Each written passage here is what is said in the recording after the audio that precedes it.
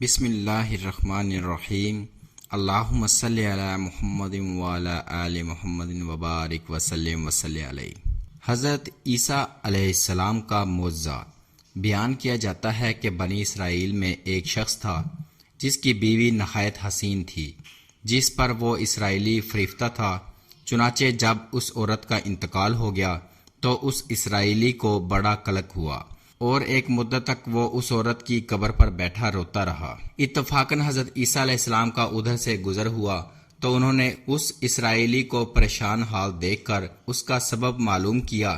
جب اسرائیلی نے اپنا واقعہ بیان کیا تو حضرت عیسیٰ علیہ السلام نے دریافت فرمایا، کیا تو چاہتا ہے کہ میں اس کو تیرے لیے زندہ کر دوں؟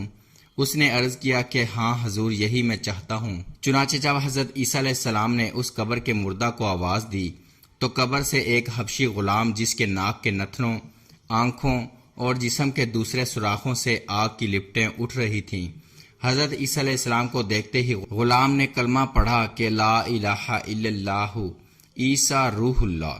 اسرائیلی نے یہ دیکھ کر عرض کیا، حضور مجھ سے غلطی ہو گئی، میری بیوی کی قبر تو دوسری ہے۔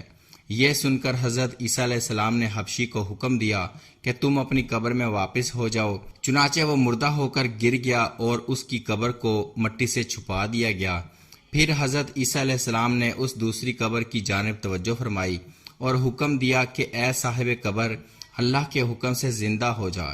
چنانچہ قبر پھٹی اور اس سے ایک عورت سر سے گرد جھاڑتی ہوئی باہر آ گئی، جس کو دیکھ کر اسرائیلی بولا کہ یا روح اللہ، میری بیوی یہی ہے۔ اور حضرت عیسیٰ علیہ السلام کے حکم سے وہ اسرائیلی اپنی بیوی کو ہمراہ لے کر واپس ہونے لگا، مگر عرصہ سے جاگا ہوا تھا، اس لیے اس پر نیند کا غلبہ ہو گیا اور اس نے بیوی سے کہا کہ تیری قبر پر گریہ زاری اور بیداری نے مجھے ہلاک کر دیا ہے، اس لیے میں چاہتا ہوں کہ کچھ دیر آرام کر لوں۔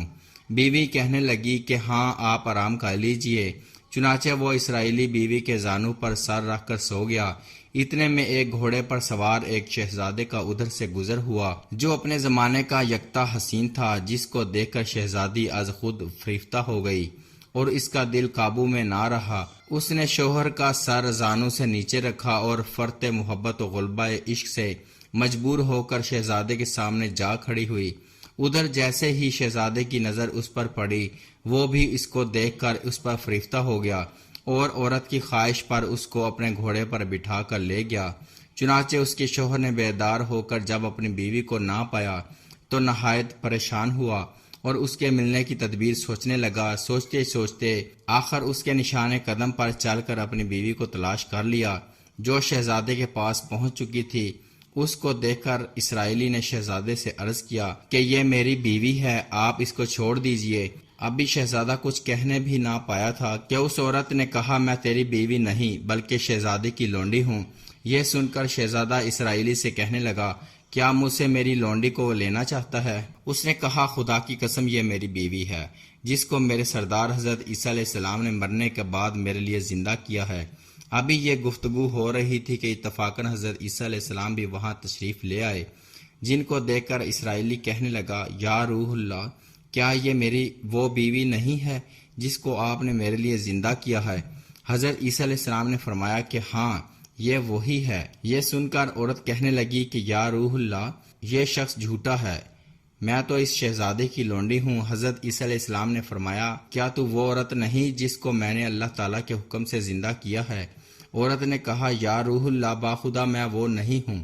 اس کے بعد حضرت عیسیٰ علیہ السلام نے فرمایا، جو جان خدا کے حکم سے میں نے تجھے دی ہے اس کو واپس کر دے۔ یہ سنتے ہی وہ عورت پھر مردہ ہو کر گر پڑی اور حضرت عیسیٰ علیہ السلام فرمانے لگے کہ جو شخص ایسے آدمی کو دیکھنا چاہے جو کافر مرا تھا اور زندہ ہو کر ایمان لایا، تو وہ اس حبشی غلام کو دیکھ لے جو پھر ایمان کی حالت میں مرا ہے، اور جو کوئی ایسے شخص کو دیکھنا چاہے جو مومن مرا تھا، پھر اللہ نے اس کو زندہ کیا اور وہ کافر ہو کر حالت کفر میں مر گیا، تو وہ اس عورت کو دیکھ لے۔ اس واقعہ کو دیکھ کر اسرائیلی نے قسم کھائی، اب کبھی نکاح نہ کروں گا، اور میدانوں کی طرف نکل گیا جہاں اللہ تعالیٰ کی عبادت میں مصروف رہ کر اسے موت آ گئی اور اللہ تعالیٰ اس پر رحم فرمائے۔ نبی اور رسول کے اقرار و انکار کا نتیجہ اس حقائق سے ظاہر ہوتا ہے اور سبق ملتا ہے کہ کامیابی اپنے نبی صلی اللہ علیہ وآلہ وسلم کی اطاعت و محبت سے ہی مل سکتی ہے۔ چنانچہ ہمیں بھی چاہیے کہ ہر حال میں اپنے نبی صلی اللہ علیہ وآلہ وسلم کی اطاعت کو سامنے رکھیں، چاہے دل مانے یا نہ مانے، لیکن نبی کریم صلی اللہ علیہ وآلہ وسلم کے طریقوں کو لازمی اپنایا جائے۔ اللہ تعالیٰ اس واقعہ سے سبق حاصل کر کے عمل کرنے کی توفیق عطا فرمائے، آمین یا رب العالمین۔ اگر آپ کو یہ واقعہ پسند آیا ہے تو پلیز کمنٹ کر کے ضرور بتائیں، اپنی رائے کا اظہار ضرور کیجیے۔ اللہ حافظ۔